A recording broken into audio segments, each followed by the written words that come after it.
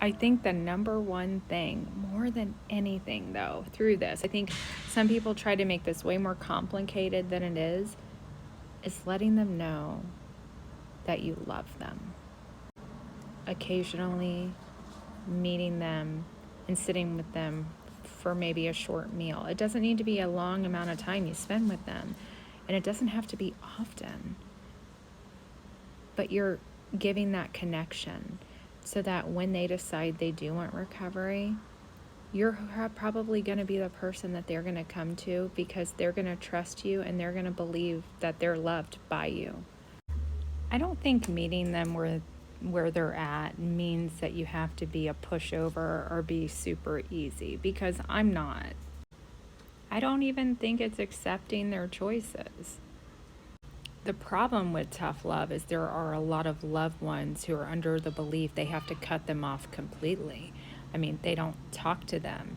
They don't provide them food. They won't provide them, clothing if needed.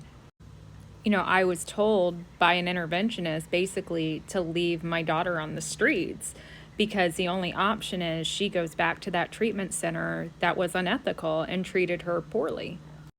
That forced her to wean off her Suboxone, which was never the plan. This place that refused to give her her phone back. I was accused of being codependent and enabling because I flew up and got my daughter off the streets of Baltimore. That's love. That's my child. That's being concerned about her safety. Every time I see my daughter, I tell my daughter, I am so sorry she cannot live with me. Like when she is trying to get sober, I say, I am so sorry that you cannot live with me, but I know you understand why. I have to protect the other kids. And she always assures me that she understands. That is very hard on me because I want to bring her into my home. And if I didn't have these other kids, you know what? I would. But it's my job to protect as many people as possible in my family. And unfortunately, I can't have her here.